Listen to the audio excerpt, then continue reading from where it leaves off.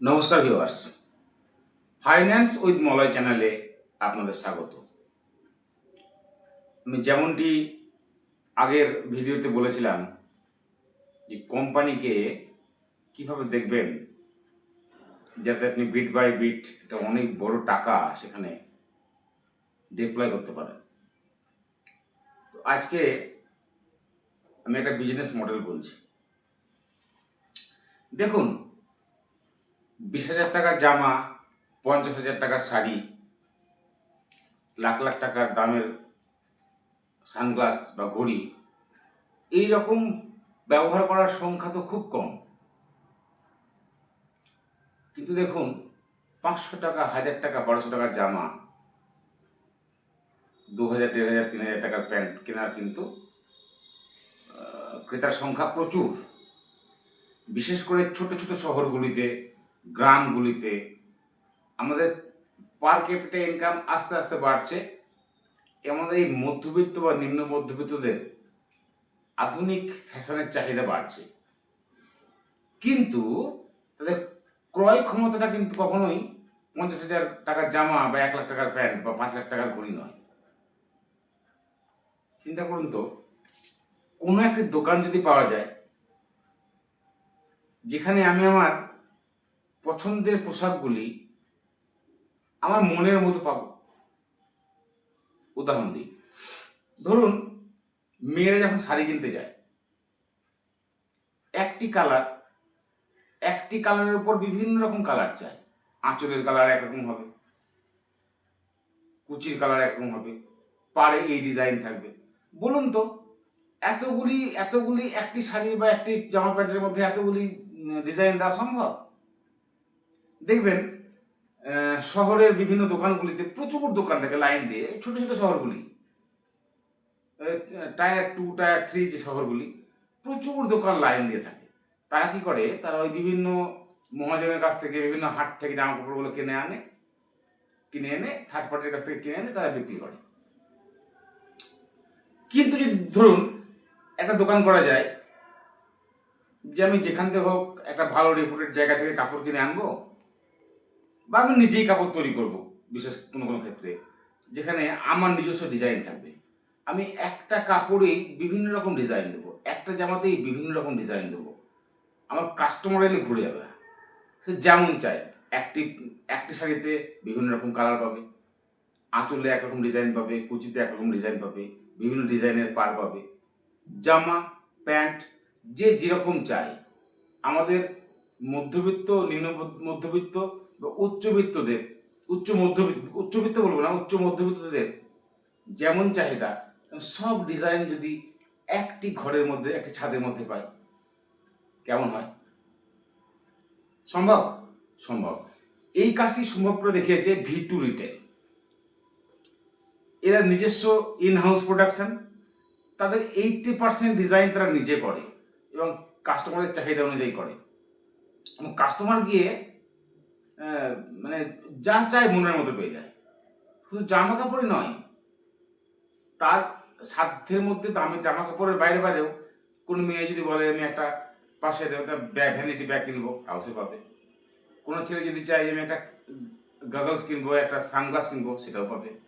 একটা ভালো সুন্দর ওয়ালেট, এবং সব থেকে কম দামে, এবং ইচ্ছে মতো মনের মতো কালার, মনের মতো ডিজাইন, একদম 14 থেকে 49, 50 বছর বয়স পর্যন্ত বা তারও বয়সের, মানে আমার ফ্যামিলির সকলের জন্য মানে মন মতো ডিজাইন, মন মতো কালার, এই কাজটি করে আমাদের V2 রিটেল।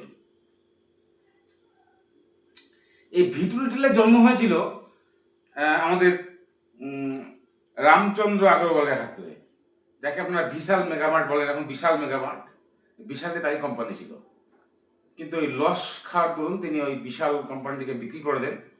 তারপর তিনি এই V2 রিটেল কোম্পানিটি শুরু করেন। V2 মানে দুটো ভি, ভ্যালু অ্যান্ড ভ্যারাইটি। দামিও সস্তা পাবেন, বিভিন্ন ভ্যারাইটিও পাবেন।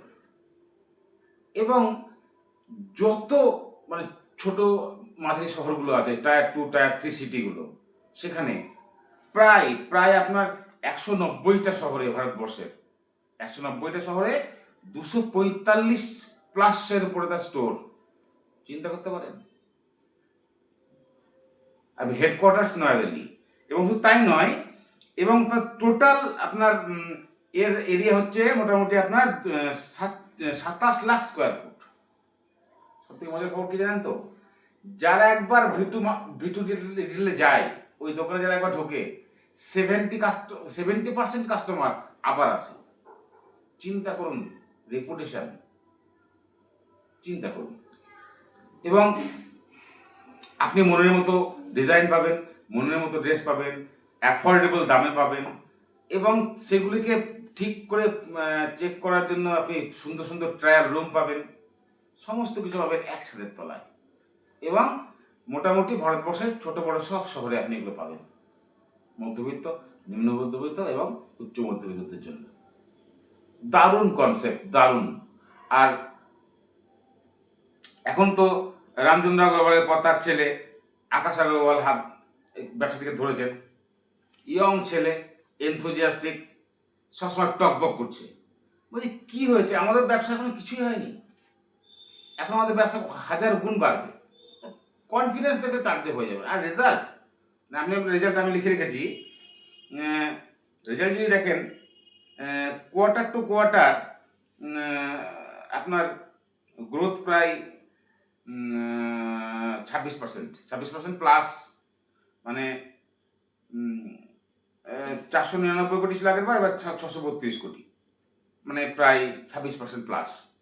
আর যদি এই জুনের থেকে আগের জুন, মানে quarter to quarter, year on year দেখেন, তো তাহলে তার গ্রোথের পরিমাণ 52%, ভাবুন। আর যদি ওই মার্চ টু মার্চ দেখেন, মানে ইয়ার এন্ডিংয়ে দেখেন, মানে 24 সালের মার্চে সেলস ছিল 1164 কোটি, 1165 সামথিং এরকম। আর এই বছর মানে 25-এর FY24-25-এর সেলস 1884, মানে এর গ্রোথ 61%। বুঝতে পারছেন, 61% গ্রোথ ইঞ্জিন। এবং তারা টকবক করে ফুটে বলছে যে আমাদের এখন ব্যবসা কিছুই হয়নি। আমি প্রথমেই বলি, এটা এই কথাটি বললাম, ভিটু রিটেল এটা আমার স্টকে, আমার হোল্ডিংয়ে আছে, আমার একটা অন্যতম সেরা হোল্ডিং। তাই আমার বিধিবদ্ধ সতর্কীকরণ, এটা মোটেও কিন্তু কোনো কেনা, বেচা বা হোল্ডের পরামর্শ নয়। ইনভেস্ট করার আগে আপনারা অবশ্যই নিজের আর্থিক পরামর্শদাতার সঙ্গে অবশ্যই তার মতামত নেবেন, যোগাযোগ করবেন।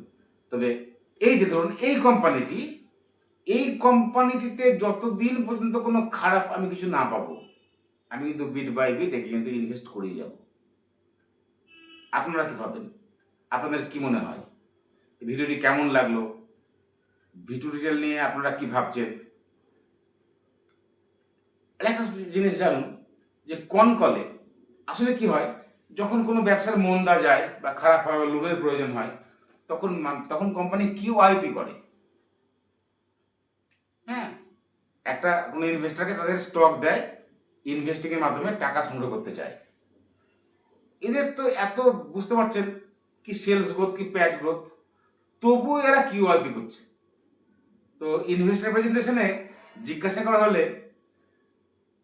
আকাশ আগরওয়াল বলছেন যে এই তো সময়, এই তো ব্যবসা বাড়ানোর সময়, আমরা কিউআইপি করেছি লোন রাখবো না বলে, এই টাকা দিয়ে আমরা আরো স্টোর বাড়াবো, আরো ছড়িয়ে পড়বো। ভাবুন, ইয়ং ছেলের হাতে এই ধরনের ফ্যান্টাস্টিক বিজনেস মডেল, এই ধরনের গ্রোথ, ভাবুন তো। শুধু ব্যবসা বাড়ানোর জন্য কিউআইপি করছে, তারা লোন শোধ করার জন্য কিউআইপি করছে, ডেট ফ্রি হতে চায়, তারা ধার শোধ করছে না, তারা ইচ্ছে করে তারা ডিলিউশন করছে তাদের আপনাদের ইকুইটির, শুধু বাড়ানো, বৃদ্ধি এদের একমাত্র উদ্দেশ্য। আমি আমার যেটা অ্যানালাইসিস আমি আপনাদেরকে বললাম, আপনারা আরও পড়ুন, কমেন্টে আসুন, কমেন্টে জানান যে আপনারা আর কি কি এই কোম্পানির মধ্যে দেখলেন। আমি আগেই বলেছিলাম আমি সবটা বলবো না, কিছু আপনাদের জন্য রাখবো। আপনারা কি দেখলেন, আমার আজকের বিশ্লেষণ আপনাদের কেমন লাগলো? যদি ভালো লাগে কমেন্টে জানাবেন, আর এই ভিডিওটিতে লাইক করবেন, শেয়ার করবেন, সাবস্ক্রাইব করবেন। আর একটা কথা, আমার ভিডিও অনেকেই দেখছেন, সাবস্ক্রাইব করছেন না। দয়া করে ভালো ভালো লাগলে দয়া করে সাবস্ক্রাইব করবেন। নমস্কার।